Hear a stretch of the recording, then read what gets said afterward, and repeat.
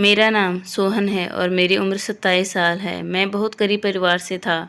जब से मेरी शादी हुई थी तब से मेरे घर पर गैर लड़कों का आना जाना शुरू कर दिया था, क्योंकि मेरी पत्नी के पास एक ऐसा पेपर था जिसे वह देती उसकी नौकरी लग जाती। मैं हैरान था क्योंकि मैं एक मजदूर था और सारा दिन काम करता था। मेरी पत्नी ने मेरी नौकरी क्यों नहीं लगवाई? गुस्से से मैंने अपनी पत्नी को डिवोर्स देने का सोच लिया। एक रात जब मैंने डिवोर्स के पेपर अलमारी से निकाले तो उसके पास रखी एक फाइल को देखकर तो मेरी होश ही उड़ गई, क्योंकि मेरी बीवी तो बहुत बड़ी आज मेरी शादी थी और आज मेरा ख्वाब पूरा होने जा रहा था। जो हर माता पिता अपने बच्चों के लिए देखते हैं, वो लड़की मेरी ज़िंदगी में आने वाली थी, जो मेरी दुल्हन बन गई थी। उसे मैंने आज से पहले कभी नहीं देखा था, क्योंकि हम गरीबों के लिए ऐसी किस्मत कहाँ जहाँ पहले ही लड़की दिखाई जाए और फिर हमारी शादी वहीं पर हो जाए। हम तो किस्मत समझकर खुश हो जाते हैं। मेरी शादी थी, धूमधाम से तो नहीं हुई लेकिन इज्जत से हुई थी। पता नहीं वो लड़की कैसी होगी, दिखने में कैसी होगी, और सारी बातें मेरे दिमाग में चल रही थी। मैं दोस्तों के साथ बाहर बैठा हुआ था। मेरे दोस्त मुझसे छेड़ रहे थे कि भाई तेरी तो लॉटरी लग गई, तेरी पत्नी तो बहुत ज़्यादा सुंदर है। मेरे दिल ही दिल में लड्डू फूट रहे थे। क्या वाकई में मेरी पत्नी इतनी हसीन है? क्या वाकई में यह सच है? कि इतने में माँ ने मुझे आवाज़ दी कि बेटा अब घर आ जाओ, बहू तुम्हारा इंतज़ार कर रही है। मैंने दोस्तों से कहा कि अब तुम लोग अपने घर जाओ और मैं अपने घर के अंदर चला गया। कमरे में जब गया तो वह घूंघट लिए बैठी थी। मैं एक एक कदम चलता हुआ उसके पास गया और धड़कते दिल के साथ मैंने आराम से उसका घूंघट उठाया, तो वह मुझे किसी चाँद से कम नहीं लगी। जैसे कि मेरे दोस्त कह रहे थे, उससे तो 2 गुना ज़्यादा हसीन थी। मैंने कभी सोचा भी नहीं था कि मेरी किस्मत भी इतनी अच्छी हो सकती है।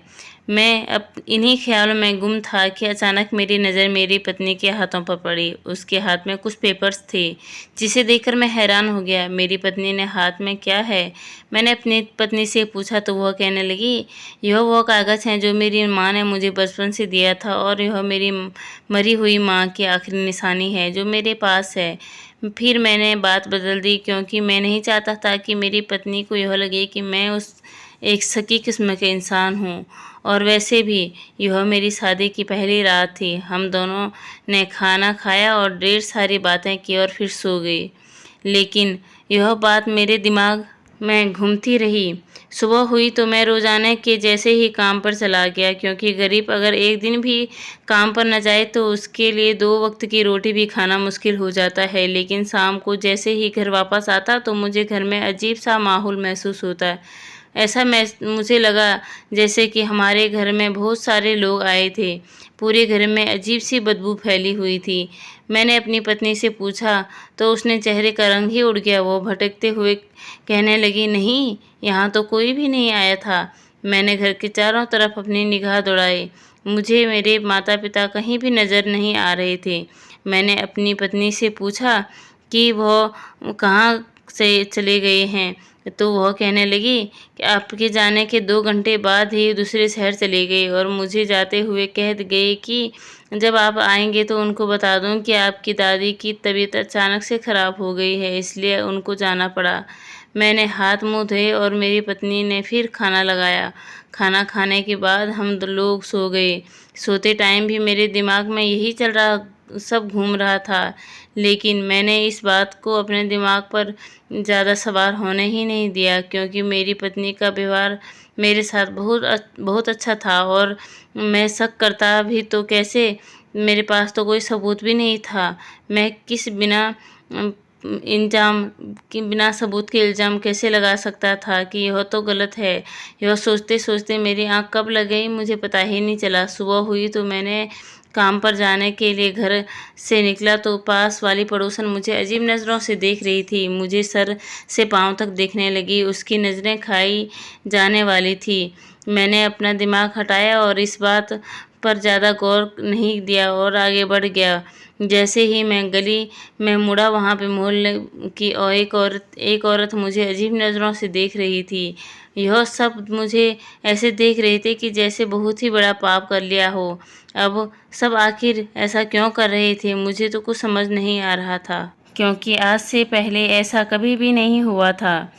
मैं अपने तेज कदम बढ़ाता चला गया और क्योंकि पहले ही काफ़ी देर हो चुकी थी, सारा दिन वो काम में थका हुआ मैं घर आया और बेड पर आकर लेट गया।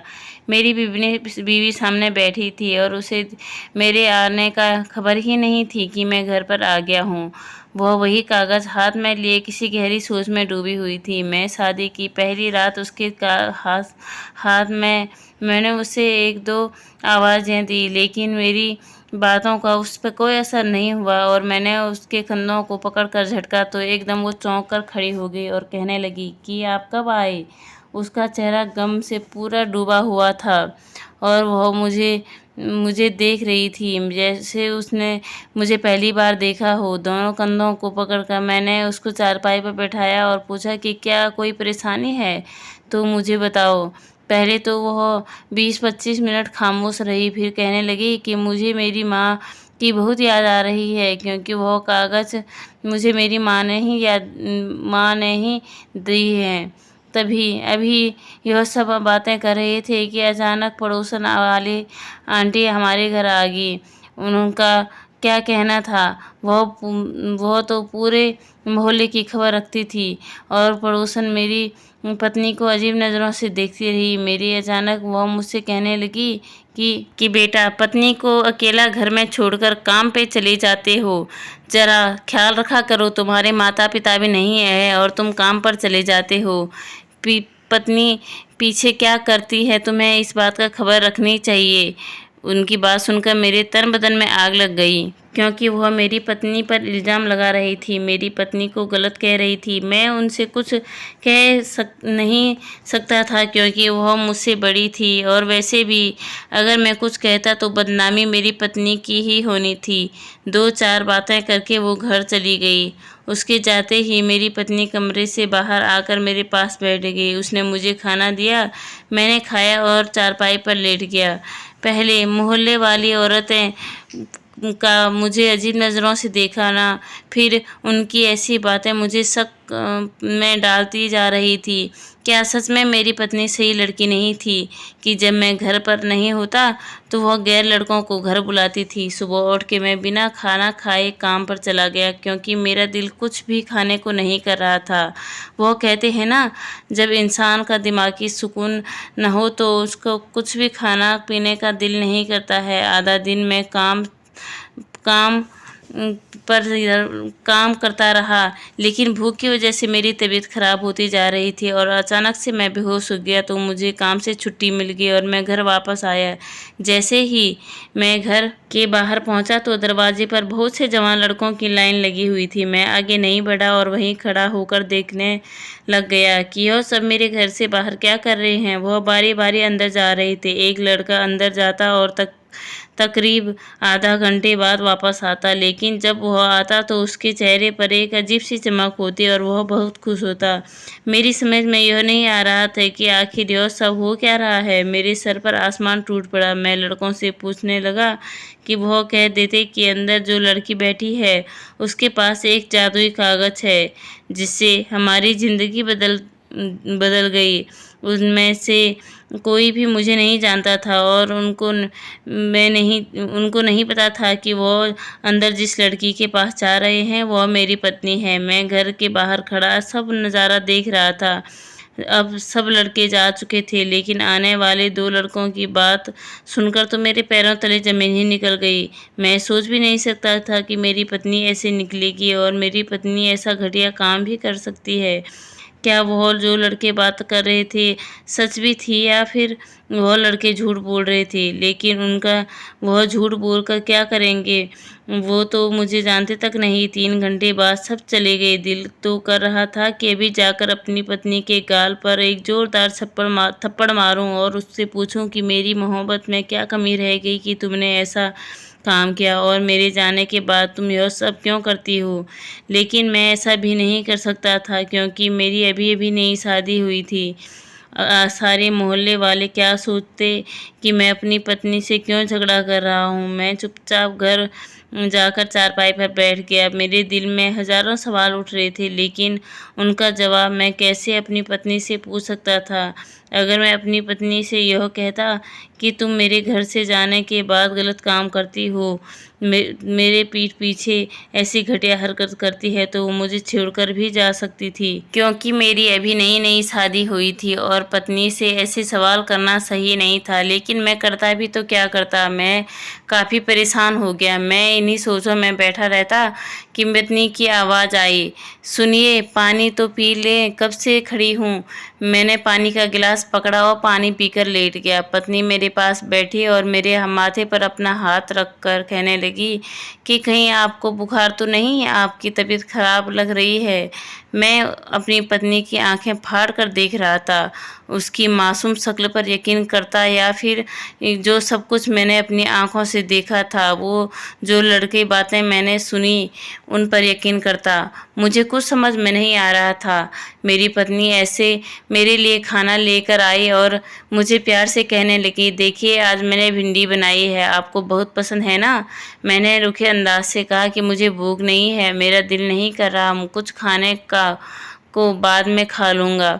मेरा इतना कहना था कि मेरी पत्नी ज़बरदस्ती मुझे अपने हाथों से खाना खिलाने लगी और कहने लगी कि यो, ऐसे नहीं खाएंगे आप, अपनी सेहत का तो ख्याल नहीं रखते, सारा दिन काम करते हैं और फिर खाना नहीं खाएगी तो बीमार हो जाओगे। वो अपने हाथों से मुझे खाना खिला रही थी और मैं उससे चेहरे की तरफ गौर से देख रहा था। मुझे यकीन ही नहीं आ रहा था। मैंने कभी सोचा भी नहीं था कि वो इतनी झूठी औरत भी हो सकती है।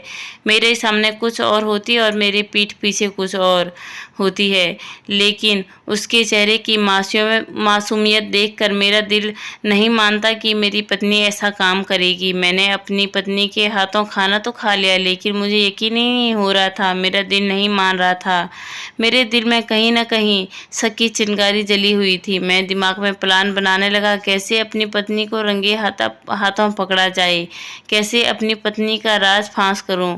मेरे दिमाग में एक आइडिया आया कि मैं सुबह जल्दी नहीं उठूँगा, सुबह काम पर नहीं जाऊँगा, सारे दिन घर पर रहूँगा और देखूँगा क्योंकि वो लड़के मेरे घर में आते हैं या नहीं।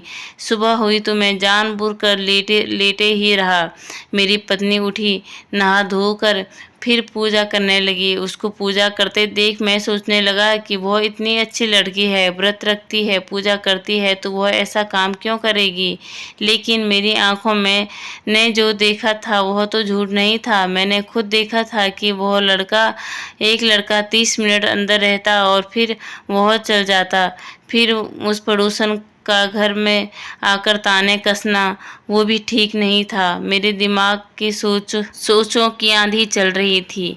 मेरा सर भारी हो रहा था। ऐसा लग रहा था जैसे मेरे दिमाग की नस फट जाएगी। जैसे ही मेरी पत्नी ने पूजा पूरी की, मैंने आंखें बंद कर ली और सोने का नाटक करने लगा। मेरे पास आकर उसने मुझे आवाज़ दी, सुनिए, नाश्ता कर लें, आपको काम पर नहीं जाना? क्या आपको देर हो रही है? मैं उसकी बातें सुनने के बाद भी आंखें बंद करके लेटा रहा। पत्नी की आवाज़ अनसुनी करता रहा। उसको 2 से 3 बार आवाज़ देने के बाद भी नहीं उठा, तो फिर वो मेरे पास आई और उसने हल्के सा मेरा हाथ पकड़ा कर हिलाया और उठाने लगी और मैं भी उठकर बैठ गया तो अचानक मेरे मोबाइल की रिंग बजने लगी। मोबाइल अंदर चार्जिंग पर लगा हुआ था, तो पत्नी जल्दी से अंदर गई और मोबाइल चार्जिंग से निकाल कर लेकर आई। मोबाइल स्क्रीन पर मैंने नंबर देखा तो मेरे मम्मी पापा का था। 20-25 मिनट मैंने पापा से बात हुई। वो घर का हाल चाल पूछ रहे थे और बता रहे थे उनको यहाँ पर कुछ दिन और लग सकते हैं, क्योंकि मेरी दादी की तबीयत अभी कुछ बेहतर ही नहीं थी। जैसे बात बंद हुई तो मेरी पत्नी ने नाश्ता मेरे सामने लाकर रख दिया और कहने लगी, जल्दी से नाश्ता करें और काम पर जाएं। मुझे एक बात की समझ नहीं आ रही थी कि मेरी पत्नी ऐसी हरकतें क्यों कर रही थी। मैं उठकर बाथरूम में चल गया और फिर हाथ मुंह धोने के बाद चारपाई पर बैठा और अपनी पत्नी से कहने लगा, आज मैं काम पर नहीं जाऊंगा, आज मैंने छुट्टी की है। बस इतना कहता था कि मेरी पत्नी के चेहरे का रंग उड़ने लगा और मेरी पत्नी बात सुनकर परेशान हो गई और कहने लगी, आपको काम पर क्यों नहीं जाना है? तो मैंने कहा कि आज हम बाज़ार जाकर कुछ सामान खरीद लेते हैं, वैसे भी दिवाली नज़दीक आने वाली है, तो मैंने सोचा कि कुछ खरीद लेता हूँ। मैं तो बहाने बनाने लगा था कि किसी न किसी तरह घर में रहकर अपनी पत्नी पर नज़र रख सकूं। और फिर वैसे ही मैंने यह सुन रखा था कि किसी भी औरत को शॉपिंग का नाम लिया जाए तो उसकी खुशी का ठिकाना ही नहीं रहता है। लेकिन मेरी पत्नी सबसे अलग थी। मुझसे कहने लगी, दिवाली में अभी बहुत दिन है, आप काम पर जाएं। हम गरीब लोग एक दिन नहीं कमाएंगे तो खाएंगे कहाँ से जैसे तैसे उसके मुझे काम पर जाने पर मजबूर कर ही दिया। अब मेरा शक यकीन में बदल चुका था और मैं काम पर जाने को तैयार हो गया। मैंने देखा कि पत्नी के चेहरे की परेशानी भी खत्म हो चुकी थी और वह नॉर्मल हो चुकी थी। मैं घर से बाहर निकलने लगा तो मैंने पीछे मुड़कर देखा कि मेरी पत्नी वहीं खड़ी थी, वही कागज हाथ में लिए उन्हें चूम रही थी। उसे यह पता नहीं था कि मैं यह सब कुछ देख रहा हूँ। आज मैंने सोच लिया था कि मैं काम पर नहीं जाऊंगा। मैंने दिल में यह वादा किया था कि मैं काम से वापस आकर अपनी पत्नी से हर सवाल का जवाब पूछ लूँगा और पीछे कई दिनों से मेरे दिमाग में थे। अभी मैं उसी गली में जा रहा था तो एक नौजवान ऊंची ऊंची आवाज़ में कहता हुआ आ गया, यार कल मैं लेट हो गया और लाइन में सबसे पीछे था। कल मेरा नंबर नहीं लगा था, आज मैं सबसे जल्दी पहुंच जाता हूं ताकि सबसे पहले नंबर मेरा लगे। और वैसे भी अंदर तो 30 मिनट का काम होता है। सबसे पहले मैं जाऊंगा। वह लड़का जोर पर बातें करते हुए मेरे आगे से गुजर गया और मेरे घर के दरवाजे के सामने खड़ा हो गया। उसकी बातें सुनकर मेरे कदम बेजान हो गए थे। मैंने कभी जिंदगी में भी नहीं सोचा था कि मेरी पत्नी मुझे काम पर भेजकर गैर मर्दों के साथ ऐसा घटिया काम करती होगी। मुझे अपनी पत्नी से घिन आने लगी थी और उस पर गुस्सा भी आ रहा था। दिल तो कर रहा था कि अभी अपनी पत्नी को धक्के मारकर घर से बाहर निकाल दूं, लेकिन मैं उसे रंगे हाथों पकड़ना चाहता था। मैं वापस मुड़कर घर के सामने वाली दुकान पर बैठ गया। वह दुकान वाला मेरे बचपन का ही दोस्त था, इसलिए मैंने उससे सारी बात बता दी और उसने भी मेरा साथ दिया। देखते ही देखते घर के बाहर लड़कों की लाइन लग गई। सब एक एक करके अंदर जाने लगे। जब एक लड़का अंदर जाता तो वह 30 मिनट बाद बाहर आता। उसकी शर्ट के बटन खुले होते और वह पसीने से भीगा हुआ होता, लेकिन उसके चेहरे पर खुशी की लहर होती। यह यह सब देखकर तो मेरा रंग लाल हो गया। दुकान वाले दोस्त ने मुझसे यही कहा कि भाई अपनी पत्नी को तलाक देकर फ्री करो। ऐसी पत्नी से तो बेहतर है इंसान शादी ही ना करें, नहीं तो अपने पति के पीछे यह सब काम करे। मैं पहले भी गुस्से में आग जल रहा था, ऊपर से उस दुकान वाले की बातों ने मुझ पे और गुस्सा दिला दिया। लेकिन आज तो कोर्ट बंद था क्योंकि आज संडे था। मैं पूरा दिन दुकान पर बैठा रहा और शाम को घर चला गया। मैंने खाना दुकान वाले दोस्त के साथ ही खा लिया था, इसलिए मैंने ना रात को खाना खाया और ना मैंने अपनी पत्नी को ही पता लगने दिया कि मुझे सब कुछ पता चल चुका है। बस मैंने अपनी पत्नी से इतना ही कहा, आज मैं खाना बाहर से खा कर आया हूँ, तुम खा लो और मैं आज बहुत थक गया हूँ, इसलिए मैं सोने जा रहा हूँ। सुबह हुई तो बिना नाश्ता करे हुए काम पर जाने को कहकर घर से निकल गया, लेकिन मैं काम पर नहीं गया था और वकील के पास तलाक के पेपर बनवाने चला गया। वकील के पास बहुत भीड़ थी, मुझे वहाँ बैठे बैठे शाम होगी, लेकिन आज मेरा काम तो हो ही गया था। मैंने वह पेपर अपनी जेब में रख डाले और घर आ गया। पत्नी ने मुझे खाना ला कर दिया और बैठे बैठे वह पूछने लगी, आजकल आप बहुत चुप चुप से रहते हैं, सब ठीक तो है? आते ही जल्दी सो जाते हैं। मैं यह सोचने लगा कि मेरी पत्नी को जरा से भी शर्म नहीं आ रही, मेरे सामने खुद को इतना मासूम दिखाती है और मेरे पीठ पीछे कुछ और है। मैं जैसे मेरी बड़ी फिक्र हो। पत्नी को जवाब में मैंने बस इतना ही कहा कि आजकल काम बहुत ज़्यादा है, इसलिए मैं थक जाता हूँ और लेटते ही मुझे नींद आ जाती है। कुछ देर बाद पत्नी सो गई और लेटकर आसमान के चमकते तारों को देखता रहा। मुझे अपनी शादी के वह दिन याद आ रहे थे जब मेरी पत्नी पहली बार दुल्हन बनकर मेरे घर आई। मैंने कितने अरमान सजाए हुए थे कि अब पत्नी के साथ ज़िंदगी सुकून से गुजरेगी, लेकिन शायद मेरी किस्मत ही नहीं ऐसी नहीं थी। मैं जेब में तलाक के पेपर निकाले देखने लगा। कभी तलाक के पेपर को देखता हूँ तो कभी पत्नी के चेहरे को। उसके बाद उसके चेहरे पर पड़े गड्ढे इतने प्यारे लग रहे थे। एक पल तो दिल करा कि तलाक के पेपर को फाड़ दूं और सब कुछ भूल जाऊं, लेकिन एक इज्जतदार आदमी यह सब बर्दाश्त नहीं कर सकता था। उसकी पत्नी किसी और लड़कों से संबंध हो। मैं पलंग से उठकर अंदर कमरे में चला गया। मैंने अलमारी से वह पेपर उठाया जिसको मेरी पत्नी पहली रात अपने साथ लेकर आई थी और जिसे वह हर वक्त अपनी आंखों के सामने रखती थी। मैं पेपर उठाकर अलमारी बंद करने ही था कि मुझे अलमारी में एक फाइल पड़ी नजर आई। मैं इस फाइल को देखकर सोच में पड़ गया, क्योंकि आज से पहले मैंने उस फाइल को कभी नहीं देखा था। मैंने फाइल को उठाने से पहले बाहर आकर एक नज़र अपनी पत्नी को देखा, कहीं वह जाग तो नहीं गई, लेकिन वह सोई हुई थी। मैं वापस कमरे में गया और वह फाइल कमरे से निकाल कर उसके ऊपर तलाक के पेपर रख लिए। तभी मेरे दिल में ख्याल आया कि मैं एक बार इस फाइल को खोल कर देखूं। देखा तो सही से इस फाइल से के अंदर ऐसा क्या है। फाइल खोलकर देखी तो मेरी आंखें फटी की फटी रह गई। मुझे यकीन ही नहीं आ रहा था जो मैं देख रहा हूँ वह सब सच है या फिर झूठ। मेरी पत्नी ऐसा काम कर सकती है, यह मेरे दिमाग में भी नहीं था। जैसे मैं उस फाइल को पढ़ता जा रहा था मेरे होश उड़ते जा रहे थे। मेरी पत्नी की सच्चाई यह होगी मेरी ज़िंदगी में कभी सोचा भी नहीं था। उस फाइल पर एक एड्रेस लिखा था। मैंने वह पता नोट कर लिया और फाइल वहीं अलमारी में रख दी ताकि मेरी पत्नी को शक न हो। अब अपनी पत्नी का नया सच मेरे सामने आया था। यह पहले वाले सच से भी ज़्यादा खतरनाक था। अब मुझे सुबह होने का इंतज़ार था कि कब सूरज की पहली किरण निकले और मैं उस राज का पता लगा सकूं। मैंने वह तलाक के पेपर भी जेब में डाल दिए, क्योंकि पहले मुझे उस हकीकत तक पहुंचना था। मैं पिछले कई दिनों से काम पर नहीं जा रहा था, लेकिन मेरी पत्नी को इस बात का बिल्कुल भी भनक नहीं पड़ी थी।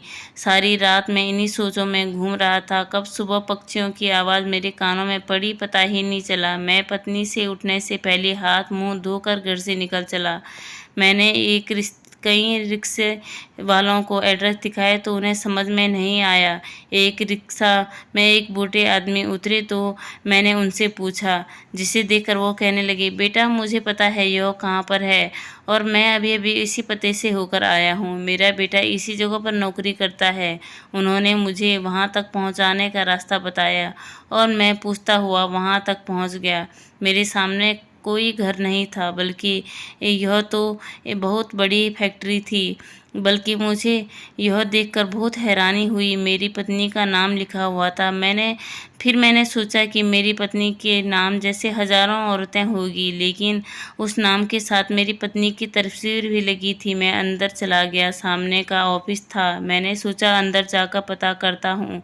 जैसे ही मैंने अंदर कदम रखा तो कमरे की दीवारों को देखकर मेरा रंग उड़ गया। हर दीवार पर मेरी पत्नी की तस्वीर लगी थी। एक कमरे में बड़ी कुर्सी जो खाली थी, लेकिन उसके बराबर वाली कुर्सी पर एक लड़की बैठी हुई थी, जो मुझे देखकर हैरत से हो गई और मुझे पूछने लगी, आप कौन हैं और आपको किससे मिलना है। मैंने उस लड़की से दीवार पर लगी उस तस्वीरों के बारे में पूछा तो वो कहने लगी कि यह हमारी मालकिन की तस्वीर है, जो इस फैक्ट्री की मालिक हैं। मुझे अपने कानों पर यकीन ही नहीं हो रहा था। यह लड़की जो कह रही है, क्या वह सच है? और यह सच है तो मुझे जैसे मजदूर से शादी क्यों की? यह क्या हो रहा था मेरे साथ? मैं सच तक पहुंचने की कोशिश करता तो एक नया राज मेरे सामने आ जाता। मैं वहां से फौरन अपने घर आ गया। घर पहुंचकर मैंने अपनी पत्नी को सारी कहानी बताई और उसने उन सब के बारे में पूछा तो वह मेरी तरफ मुस्कुरा कर कहने लगी, मैं एक अमीर बाप की इकलौती बेटी थी। मेरे पापा की सारी दौलत मेरे नाम थी। मैं अमीर की ज़िंदगी से तंग आ चुकी थी। मेरा ख्याल था कि मेरी शादी एक गरीब आदमी से हो जो इज्जत देना जानता हो, क्योंकि मेरे पास पैसे की कमी नहीं थी। मैंने आपसे शादी की और यह राज आपको आज तक नहीं बताया कि मेरी असल हकीकत क्या है। असल में जो हमारे घर के बाहर लड़कों की लाइन लगी होती थी, वह दरअसल नौकरी के लिए आते थे। मैं उनका एक एक करके इंटरव्यू लेती और उनके कागज़ पर साइन करती। वह सब लड़के मेरी सिक्योरिटी को वह कागज़ दिखा देते थे और उनको वहाँ पर नौकरी मिल जाती थी। और जो मुझे कम समझदार लगते थे तो मैं उन्हें दोबारा तैयारी करके आने को कहती थी। अगर आपके सामने यह सब कुछ करती तो आप मुझसे इसकी वजह पूछते, इसलिए मैंने यह सब कुछ छुप कर किया। पत्नी की बात सुनकर मुझे सुकून होने लगा था। मेरी पत्नी इतनी मासूम, इतनी दयालु दिल थी और मैं उस पर बेवजह शक करता रहा। मैं भगवान का शुक्रिया अदा करता हूँ कि मैंने उस रात जल्दबाजी में तलाक के पेपर पर साइन नहीं किए, वरना इतनी अच्छी पत्नी तो मैं हमेशा के लिए खोज देता। मैंने तलाक के पेपर को फाड़ दिया और पत्नी से माफ़ी मांग ली। बदले में मेरी पत्नी ने कहा कि गलती उसकी है।